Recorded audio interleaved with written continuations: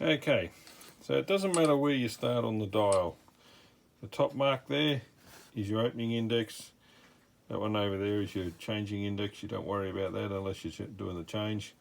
Okay, so 4 times around to the left, okay, to your first number, which in this case is 15.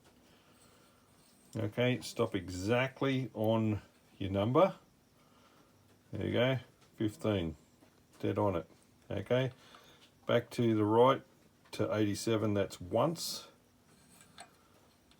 that's twice, and stopping dead on it on the third time.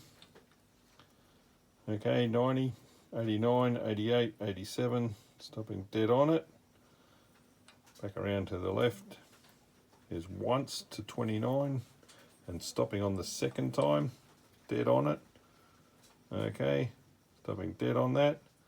And then back around to the right, and you'll feel the